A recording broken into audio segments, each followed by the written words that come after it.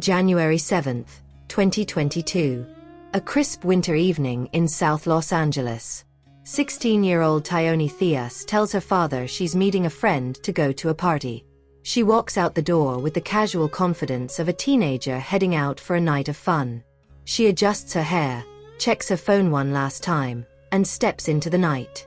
It would be the last time her family would see her alive. What if a simple night out with friends became your last? What if your child walked out the door and never returned home?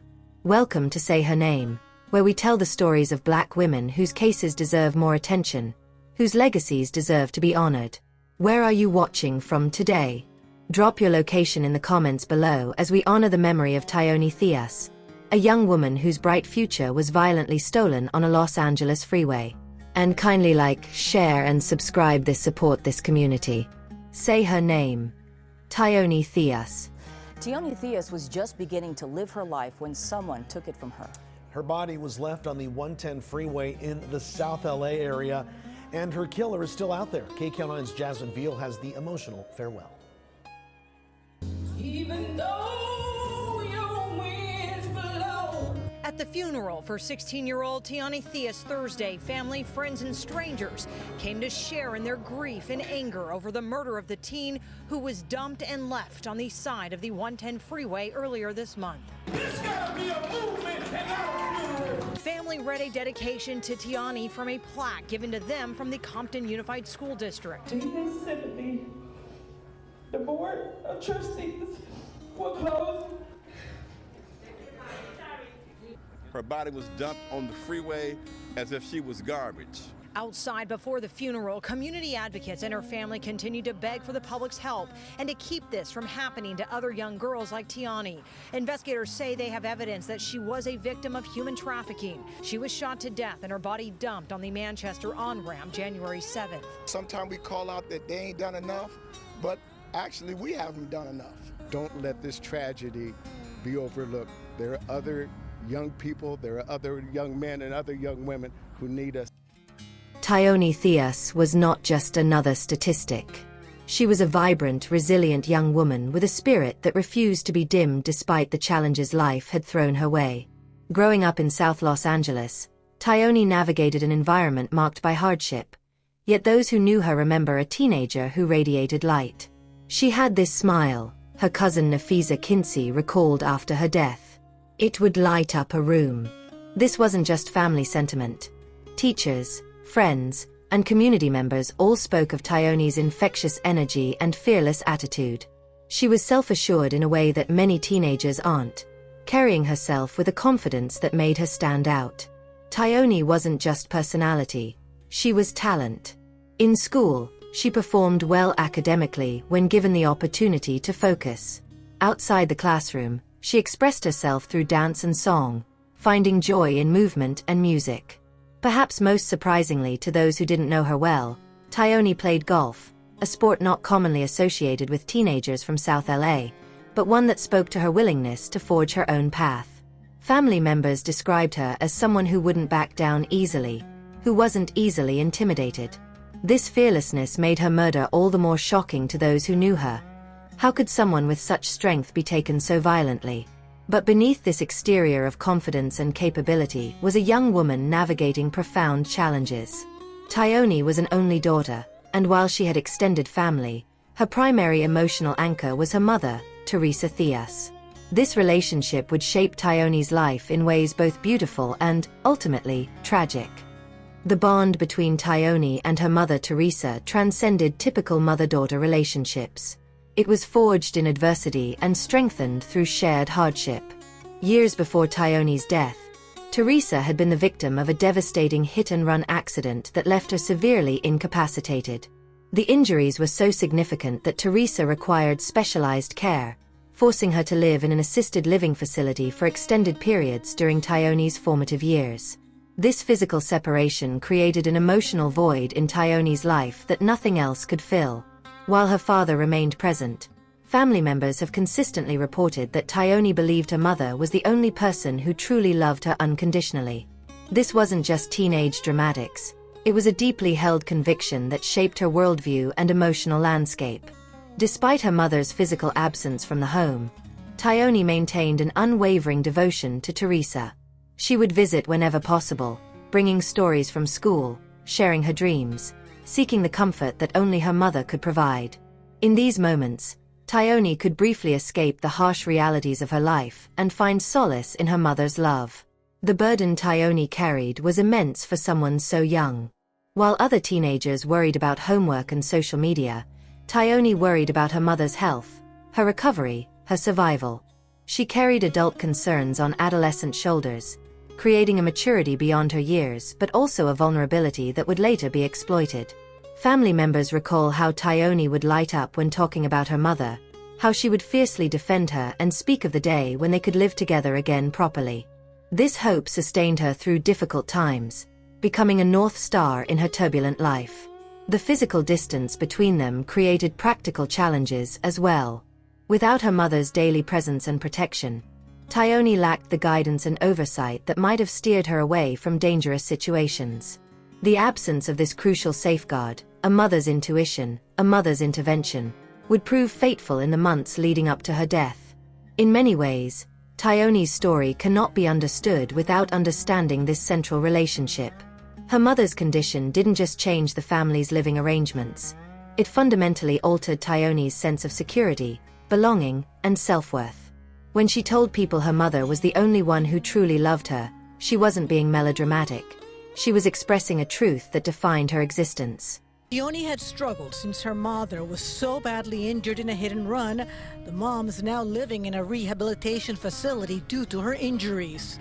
She said nobody loved me because her mom, she's the only person who loved me was my mom. I said, that's not true. I love you. Tioni's life was marked by a series of traumatic losses that would have broken many adults, let alone a teenager still forming her identity.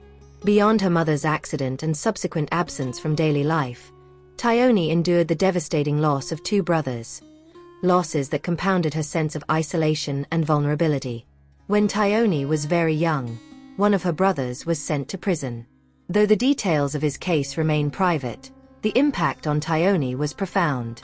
In communities like South Los Angeles, incarceration creates a particular kind of grief, a loved one who is still alive but forcibly removed from the family fabric. For a young Tioni, this represented her first lesson in how systems could separate families, how people she loved could disappear. Years later, tragedy struck again when her other brother was shot and killed at just 19 years old. This violent death occurred when Tioni was navigating her own adolescence, adding fresh grief to an already heavy emotional burden. Family members reported that this loss deeply affected her outlook on life. The violent removal of her brother, someone close in age who should have had his whole life ahead of him, reinforced a terrible lesson: that life could be brutally short, especially for young Black people in her community. These accumulated losses created a perfect storm of vulnerability. Research consistently shows that adverse childhood experiences, ACEs, have cumulative effects on development, decision-making, and risk assessment. Each traumatic event in Tioni's life didn't exist in isolation. They built upon one another, creating layers of grief, fear, and instability. Without consistent therapeutic support or trauma-informed interventions, Tioni was left to process these losses largely on her own. The absence of her mother's physical presence meant that even this crucial relationship, while emotionally sustaining, couldn't provide the daily support and protection she needed. The resulting emotional vulnerability likely influenced her decisions in the months leading up to her death, potentially making her more susceptible to exploitation by those who recognized and targeted her need for connection and belonging. This accumulation of trauma doesn't define Tioni's life, but it provides essential context for understanding the circumstances that ultimately led to her tragic end. Her resilience in the face of these challenges speaks to her remarkable strength of character, but no teenager should have to be that strong, that early, for that long. January 7, 2022, began as an ordinary Friday. For 16-year-old Tioni, it may have held the promise of weekend freedom, a brief escape from the challenges of her daily life.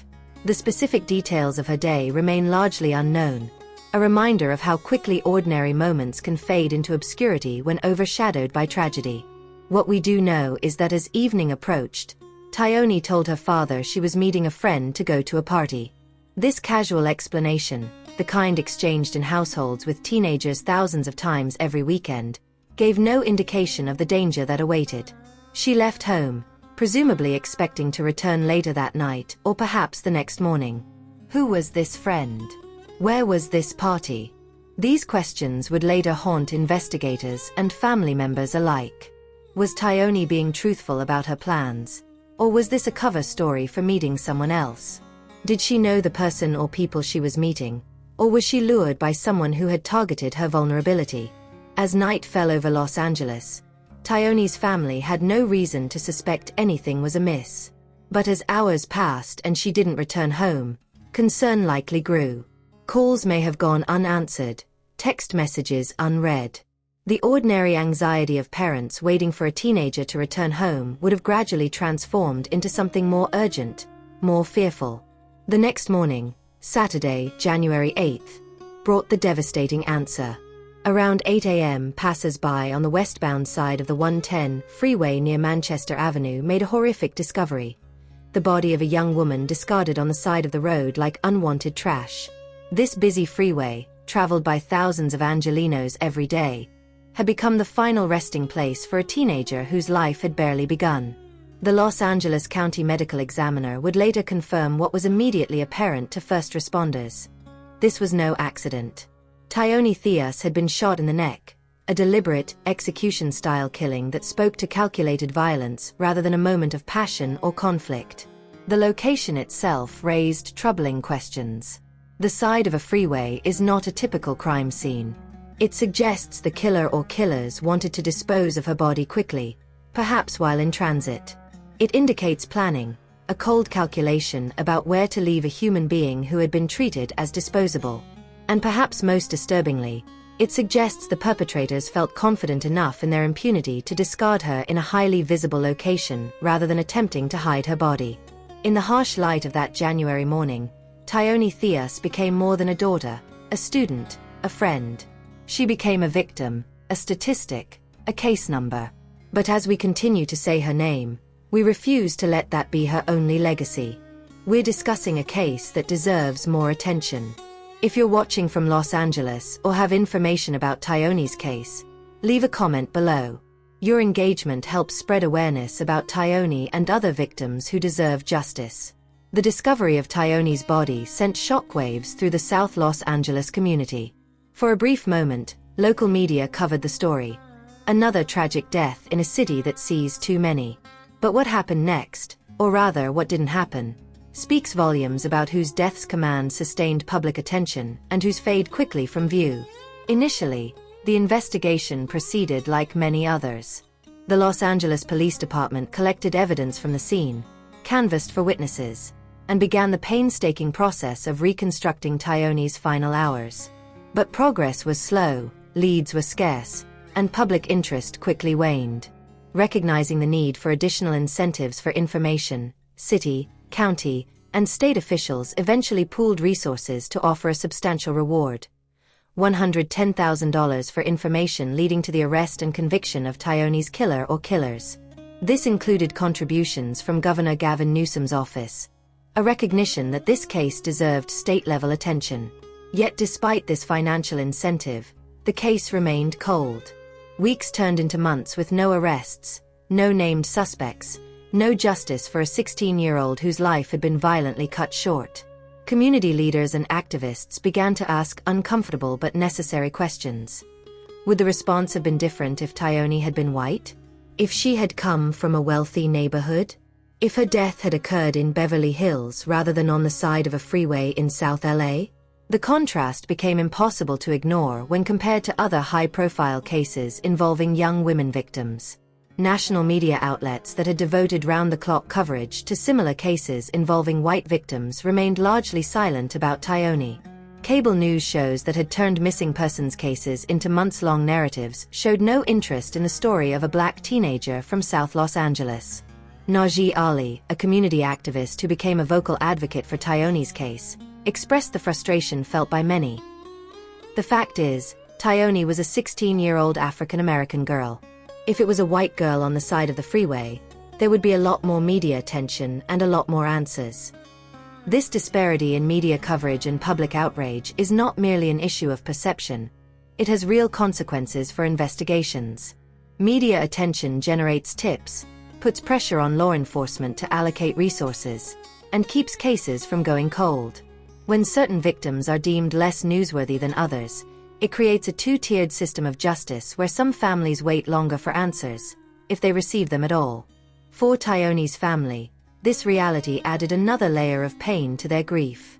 Not only had they lost a beloved daughter, sister, niece, and granddaughter, but they now had to fight for her death to be treated with the seriousness and urgency it deserved.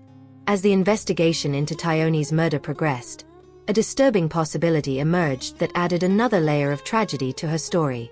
Law enforcement officials began to suggest that Tioni may have been a victim of human trafficking and commercial sexual exploitation of children, CSEC.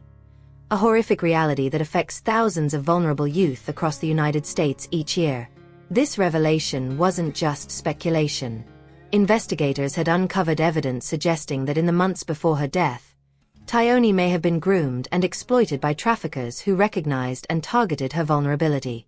The details of this exploitation remain protected due to the sensitive nature of such cases and respect for Tioni's dignity. But the broader pattern is one that advocates and law enforcement recognize all too well. Human trafficking, particularly sex trafficking, doesn't typically begin with abduction or physical force. Instead, it often starts with what experts call grooming, a process where traffickers identify vulnerable youth, build trust, fulfill needs, and gradually introduce exploitation. For a teenager like Tioni, dealing with family trauma, separation from her mother, and the loss of her brothers, the promise of affection, protection, or financial stability could have been powerfully appealing. The sad reality is that Black girls are disproportionately represented among victims of commercial sexual exploitation. A 2020 report from the Congressional Black Caucus Foundation found that 40% of sex trafficking victims in the United States are Black women and girls, despite Black people making up only about 13% of the population. This disparity reflects broader systemic issues, including the adultification of Black girls, treating them as more adult-like and less innocent than their white peers, economic inequality, and gaps in social services. For Tioni, the absence of her mother's daily protection may have created opportunities for exploitation that might otherwise have been recognized and prevented.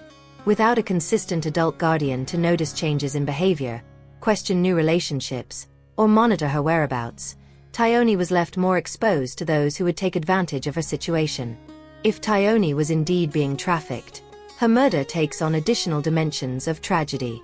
Research shows that homicide is a leading cause of death among trafficking victims, whether at the hands of traffickers enforcing control, buyers committing violence, or as a result of dangerous situations victims are forced into. Her death on the side of a freeway, a transportation corridor frequently used by traffickers moving victims between locations, aligns with known patterns in trafficking-related homicides. This connection to human trafficking doesn't diminish Tioni as a person or reduce her to a stereotype. Rather, it highlights the systemic failures that leave young people, particularly Black girls, vulnerable to exploitation and violence. It forces us to confront uncomfortable truths about who is protected in our society and who is left exposed to predators. Most importantly, it reminds us that behind every statistic about trafficking is a real person with hopes, dreams, and inherent dignity. Tioni was not defined by any exploitation she may have experienced. She was defined by her resilience, her spirit, and the love she gave and received during her too short life. Tioni's case illuminates a disturbing phenomenon that affects Black girls across America: adultification. This term refers to the tendency of society, including media, law enforcement, education, and healthcare systems, to view Black girls as more adult-like, less innocent, and less deserving of protection than their white peers. Research from Georgetown Law's Center on Poverty and Inequality found that adults perceive Black girls as needing less nurturing, less protection, and less support than white girls of the same age.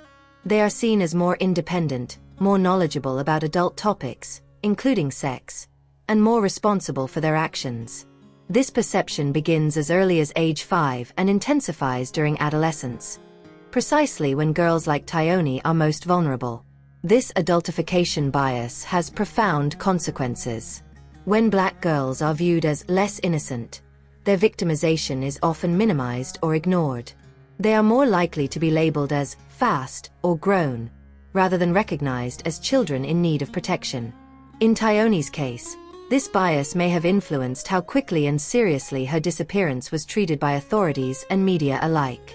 The systemic failures extend beyond perception into concrete disparities in protection and response. Black girls who go missing are less likely to receive Amber Alerts, less likely to have their cases featured in national media, and more likely to be classified as runaways rather than missing persons, a classification that dramatically reduces the resources allocated to finding them. When Tioni's body was found, the initial media coverage was minimal and quickly faded. There were no national headlines, no cable news specials, no social media campaigns demanding justice.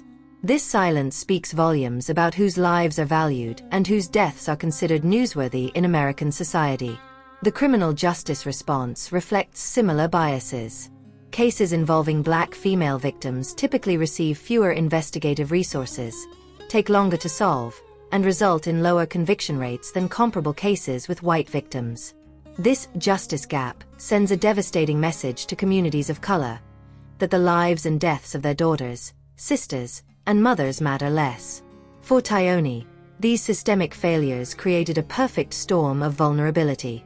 The systems designed to protect vulnerable youth, child welfare, education, healthcare, law enforcement, had multiple opportunities to intervene before her death. Yet somehow, a 16-year-old girl slipped through every safety net, ultimately meeting a violent end on the side of a freeway. This is not to suggest that any single individual or agency bears sole responsibility for Tioni's death. Rather, her story highlights the cumulative impact of systemic biases and failures that leave black girls particularly exposed to exploitation and violence. It forces us to confront uncomfortable questions about equity in protection, investigation, and justice. Questions that demand answers if we hope to prevent similar tragedies in the future. What do you think needs to change to protect vulnerable youth like Tioni? Share your thoughts in the comments, and if you know someone who needs to hear this story, share this video with them. Tioni Theus's tragic murder offers critical insights into how we might better protect vulnerable youth and prevent similar tragedies in the future. Her story isn't just a cautionary tale, it's a call to action for concrete changes in how we approach youth protection, exploitation prevention, and equitable justice. First and foremost, we must enhance support systems for vulnerable youth, particularly those facing multiple traumas and family disruptions. Tioni's situation, with an incapacitated mother, deceased brothers, and limited adult supervision, created a perfect storm of vulnerability that went largely unaddressed by existing social services. Comprehensive support would include trauma-informed mental health services, stable housing options, educational support, and consistent adult mentorship. The human trafficking connection in Tioni's case highlights the urgent need for expanded anti-trafficking measures, especially those focused on prevention rather than just intervention after exploitation has occurred. This includes education for youth about recognizing grooming tactics, training for teachers and healthcare providers to identify warning signs, and specialized law enforcement units dedicated to trafficking prevention and victim recovery. Community investment represents another crucial prevention strategy. Programs that build trust between vulnerable youth and supportive adults, whether through mentoring, after-school activities, or youth empowerment initiatives, create protective factors that make exploitation less likely. In communities like South Los Angeles, where economic challenges and violence create additional stressors, these investments are not luxuries but necessities for youth safety. Tioni's case also demands a more equitable media and justice response to missing and murdered black girls. The disparity in coverage between her case and similar cases involving white victims reflects broader patterns of whose lives are valued in public discourse. Media organizations must examine these biases and commit to more equitable coverage, while law enforcement agencies should implement protocols to ensure all missing persons cases receive appropriate resources regardless of race, class, or perceived circumstances. Improved law enforcement resources for cold cases like Tioni's are essential for both justice and prevention. When perpetrators of violence against black girls go unpunished, it creates a sense of impunity that endangers other vulnerable youth. Enhanced technology, dedicated funding, and interagency collaboration can increase solve rates and send a message that these crimes will be vigorously investigated and prosecuted. Finally, empowering families and communities affected by trauma is crucial for breaking cycles of vulnerability. Providing resources for families like Tioni's, where a parent's incapacitation creates cascading challenges, could prevent similar tragedies by ensuring that when one protective factor fails, others remain in place. These prevention insights aren't abstract policy recommendations. They're concrete steps that could save lives. Had any one of these systems worked more effectively for Tioni, her story might have had a different ending. By implementing these changes, we honor her memory not just with words but with actions that protect other vulnerable youth from similar fates. As we conclude Tioni's story, it's essential that we remember her not just as a victim, but as a vibrant young woman whose life mattered and whose death deserves justice. Tioni Theus was a daughter, a friend, a student, a golfer, a dancer, a 16-year-old with her whole life ahead of her. Her smile could light up a room. Her confidence inspired those around her. Her resilience in the face of tremendous challenges spoke to her extraordinary strength of character. When we reduce victims like Tioni to statistics or cautionary tales, we participate in the very dehumanization that makes violence against Black girls more permissible in our society. Instead, we must hold space for the fullness of who she was. Her talents and dreams, her struggles and triumphs, her unique place in the hearts of those who loved her. Tioni's family continues to seek justice for her murder. They refuse to let her case go cold, to let her name be forgotten, to accept that her killer or killers might never face consequences. Their persistence honors Tioni's memory and demands that society recognize the value of her life. For viewers watching this video, there are concrete ways to support this quest for justice. If you have information about Tioni's case, contact the Los Angeles Police Department or submit an anonymous tip through Crime Stoppers. Share this video to increase awareness about Tioni's story and the broader issues it highlights. Support organizations working to protect vulnerable youth, combat human trafficking, and address the adultification bias that endangers Black girls. Advocate for equitable media coverage and law enforcement response to missing and murdered Black women and girls. Most importantly, remember Tioni's name. Say it out loud. Ensure that she is not forgotten, that her death is not in vain, that her story continues to inspire change. In a society that too often treats Black girls as disposable, remembering is itself an act of resistance. By saying Tioni's name, by honoring her humanity, by demanding justice for her murder, we assert a simple but powerful truth. Black girls matter.